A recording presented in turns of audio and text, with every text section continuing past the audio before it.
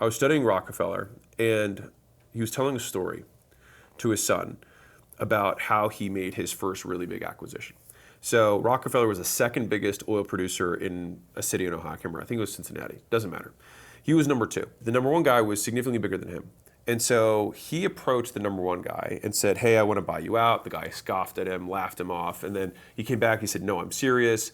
And he was like, "All right, fine, let's talk." And so the guy said, "I'm not going to sell unless you're going to give me an absurd amount of money." And so then Rockefeller lined up the financing and gave the guy an absurd amount of money. In other words, he overpaid for the guy's business. And so after the deal was done, the other guy, who was, once the bigger guy, was like, "Man, you overpaid for that thing. Like, it wasn't even worth close to that."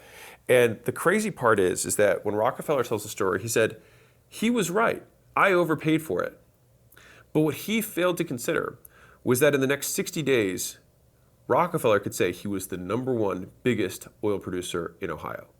And as soon as that happened, he did 22 M&A deals in the next 60 days, rolling up everyone around him because he became the biggest player. And so that story, the delta between the value of what that company was actually worth versus what he was willing to pay, that value is what John Rockefeller valued the story at. He might have even valued it higher than that.